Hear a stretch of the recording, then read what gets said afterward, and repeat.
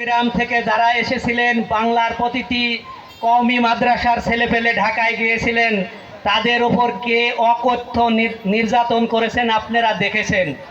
2024 সালে ছেলেদের ওপর যেভাবে নির্মম অত্যাচার করেছে, যেভাবে যাত্রাবাড়িতে যেভাবে গুলি করেছে, আপনারা অনেকেই টেলিভিশন এবং মোবাইলে দেখেছেন। সেই শোকের দিন আজ। আমরা ওই ছেলে মেয়েদের জন্য আজকে দোয়া করব। আল্লাহ আমাদের আজকে এই জায়গায় এসে দোয়া করার তৌফিক দিয়েছেন, এই জন্য আমরা আল্লাহর কাছে শুকরিয়া আদায় করি। সবাই বলি আলহামদুলিল্লাহ। যেহেতু আমরা এর পূর্বেও অনেক দিন এই জায়গায় বসে কথা বলতে চেয়েছি, অনেকেই আমাদের কথা বলতে দেয়নি। আমরা তাদের উদাত্ত আহ্বান জানাই, বাংলাদেশ জাতীয়তাবাদী দল সহ অন্য দল যখন নির্বাচন করবে, যে দল নির্বাচিত হবে সেই দলকে আমরা স্বাগতম জানাবো, আপনাদেরকেও স্বাগতম জানাবো।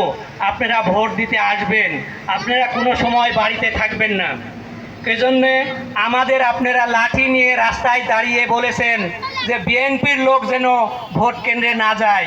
আমরা আপনাদের এই অনুষ্ঠান থেকে আপনাদের জানাই দিচ্ছি, আপনারা সবাই ভোট দিতে আসবেন। আমরা সংখ্যালঘু আমাদের গ্রামে আছে, ঘাটশিলানে আছে, আমরা তাদের সঙ্গে কথা বলেছি।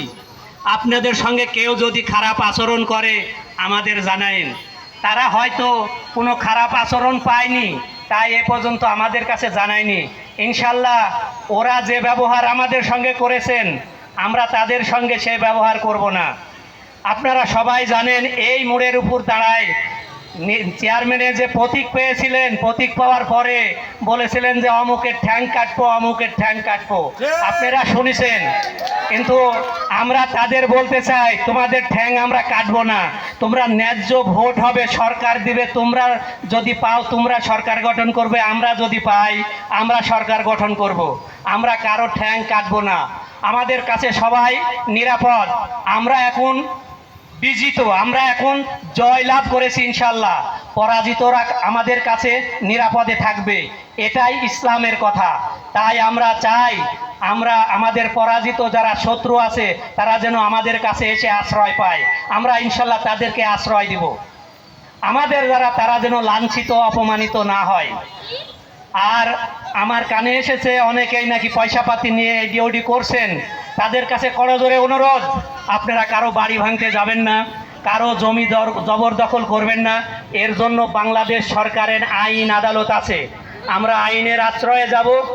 যেহেতু শেখ হাসিনার নামে গতকালকে ইনশাল্লাহ 3টা মামলা হয়েছে, হাজার হাজার মামলা হবে, হাজার হাজার মামলা হবে তাদের নেতার ওপর। সরকার তার ব্যবস্থা নেবে, বাংলাদেশের প্রশাসন তাদের ব্যবস্থা নেবে।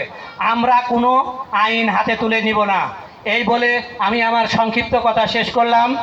খোদা হাফেজ। বাংলাদেশ জিন্দাবাদ, বাংলাদেশ জাতীয়তাবাদী দল জিন্দাবাদ। আসসালামু আলাইকুম।